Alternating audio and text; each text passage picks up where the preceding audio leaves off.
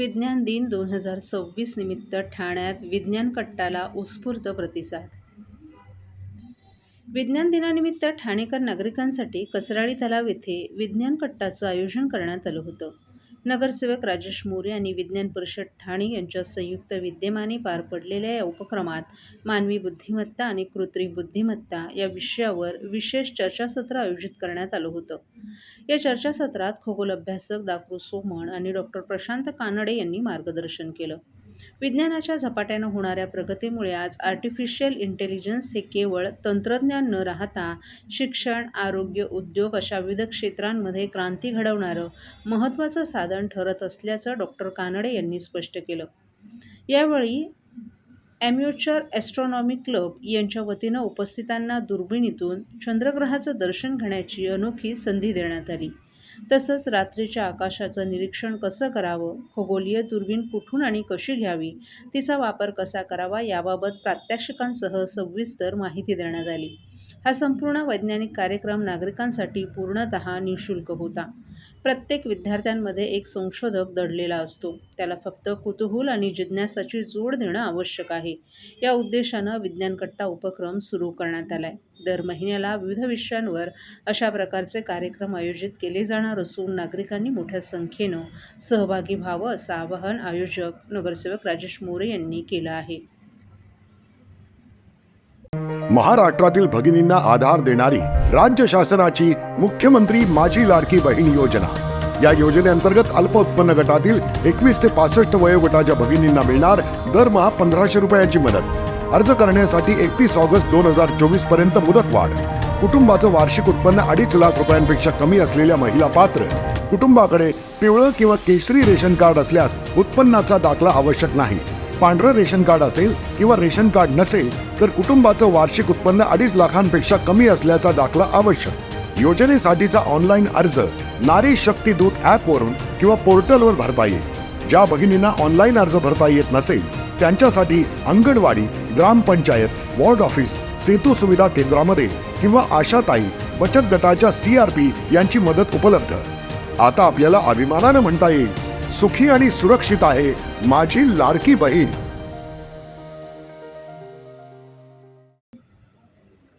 दिव्यांग कला केंद्रातील दिव्यांग मुलांच्या आनंदासाठी काम, क्रोध, लोभ, मदमोह आणि मत्सर या षडरिपूंचं दहन करण्यासाठी होलिका मातेला प्रार्थना केली जाते. तसंच एकमेकांना पर्यावरणपूरक रंग लावून समाजाला एक संदेश देण्याचं काम दिव्यांग कला केंद्राच्या या विशेष होळीच्या माध्यमातून संचालक किरण विष्णू नागटे आणि संध्या नागटे यांच्या पुढाकारातून मागील 10 वर्ष सातत्यानं होत आहे. यंदाही दिव्यांग कला केंद्राच्या विशेष मुलांच्या या विशेष होळी आणि रंगपंचमीचं आयोजन करण्यात आलं होतं.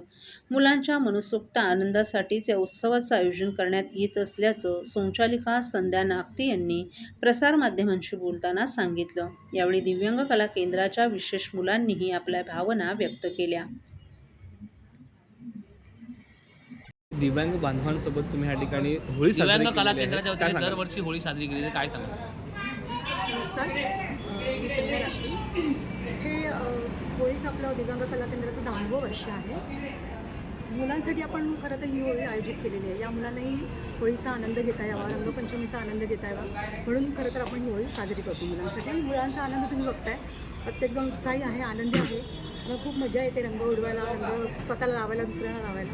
आणि यांच्या आनंदासाठीच आपण खरं तर हे सगळं आयोजन केलेलं आहे. ओके. विठाई प्रतिष्ठानचे अध्यक्ष अभिजित कमलाकर चव्हाण यांच्या पुढाकाराने दरवर्षीप्रमाणे याही वर्षी ठाणे महानगरपालिकेच्या धर्मवीर आनंद दिघे जिद्द शाळेतील विशेष मुलांबरोबर होळीचं आयोजन करण्यात आलं होतं. यंदाचं या उत्सवाचं हे 19वं वर्ष होतं. सर्वप्रथम होळीचं दहन करून मराठी आणि हिंदी गाण्यांच्या ठेक्यावर इको फ्रेंडली रंगांच्या माध्यमातून विद्यार्थ्यांनी होळीचा अद्वितीय आनंद साजरा केला. विशेष मुलांना देखील आपल्या पारंपरिक हिंदू संस्कृतीचं जतन, संवर्धन आणि त्याचबरोबर विद्यार्थ्यांसाठी ही होळी म्हणजे एक थेरपी मानली जाते. या विद्यार्थ्यांबरोबर साजरा केलेल्या होळीतील ऊर्जा आम्हाला संपूर्ण वर्षभर आमच्या दैनंदिन जीवनामध्ये काम करण्यासाठी एक वेगळी ऊर्जा प्राप्त होतं असं अभिजित चव्हाण यांनी प्रसारमाध्यमांशी बोलताना सांगितलं. अभिजित चव्हाण यांनी यावेळी शाळेच्या प्राचार्या अर्चना शेट्टे आणि ठाणे महानगरपालिकेचेही विशेष आभार मानले. यावेळी समीर, कलाकार सचिन भांगरे, सायली सावंत, लता चोपा तसंच विठाई प्रतिष्ठानचे प्रतिनिधी, कार्यकर्तेही उपस्थित होते. यावेळी कलाकार सचिन भांगरे, प्राचार्य अर्चना शेट्टे यांनीही प्रसारमाध्यमांशी बोलताना आपल्या भावना व्यक्त केल्या.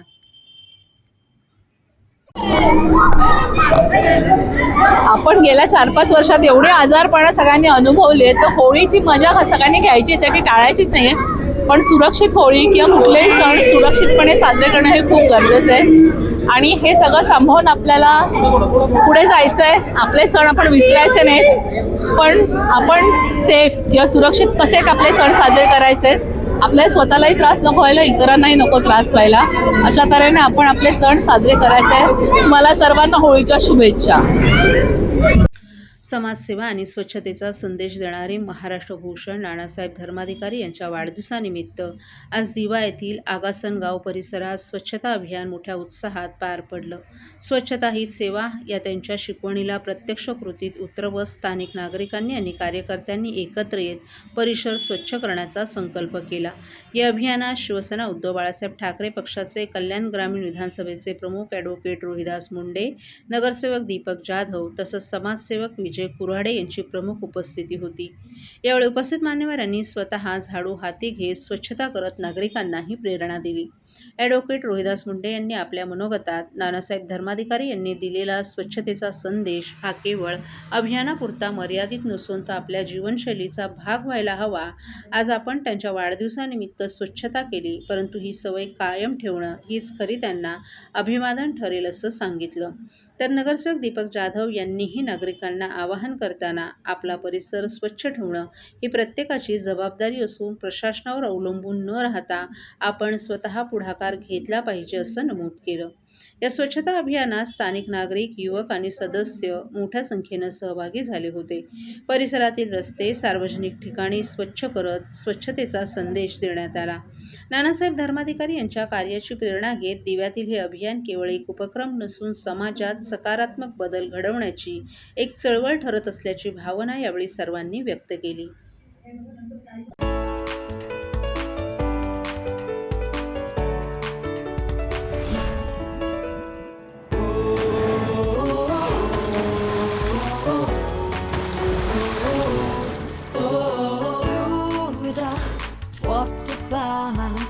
Pasti kering sare milkya Sura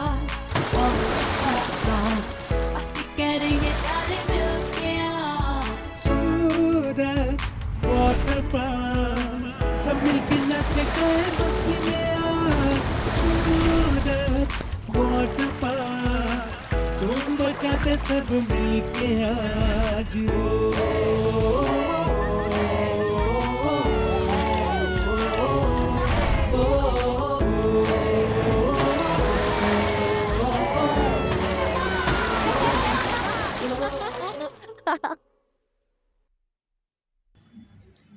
ठाण्यातील ऐतिहासिक चेंदणी कोळीवाडा परिसरात कोळी बांधवांनी पारंपरिक पद्धतीनं होळी उत्साहात साजरी केली. यावेळी गावातील नवविवाहित जोडप्यांच्या हस्ते होळीची विधिवत पूजा करण्यात आली. पारंपरिक रीतिरिवाज, ढोलताशांचा गजर आणि होळीले होळीच्या जयघोषात संपूर्ण परिसर भक्तिमय वातावरणाने दुमदुमून गेला होता. कोळी समाजात होळी सणाला विशेष महत्त्व असून नव्या आयुष्याची सुरुवात केलेल्या जोडप्यांकडून होळी पूजन करण्याची प्रथा आजही जपली जाते. यामागे गावच्या सुख-समृद्धीसाठी आणि नवदाम्पत्यांच्या आयुष्यात आनंद भरभराट नांदो अशी श्रद्धा व्यक्त केली जाते. महिलांनी पारंपरिक नऊवारी साड्या आणि पुरुषांनी पारंपरिक कोळी वेशभूषा परिधान करून उत्साहात सहभाग घेतला. लहानांपासून ते ज्येष्ठांपर्यंत सर्वांनी मोठ्या उत्साहात सहभाग नोंदवला. होळीच्या अग्नीची प्रदक्षिणा घालून सर्वांनी एकमेकांना होळीच्या शुभेच्छा दिल्या. या कार्यक्रमात महापौर शर्मिला पिंपळकर, आमदार संजय केळकर, नगरसेवक पवन कदम, माजी उपमहापौर पल्लवी कदम, नगरसेविका नम्रता कोळी, प्रतिभा मडवी, डॉक्टर राजेश मडवी, जयेंद्र कोळी आदी मान्यवरही उपस्थित होते. यावेळी आयोजकांच्या वतीनं मान्यवरांचा कोळी टोपी घालून सत्कार करण्यात आला. चेंदणी कोळीवाड्यातील ही पारंपरिक होळी सामाजिक ऐक्य, संस्कृती आणि परंपरेचं जतन करणारी ठरली आहे.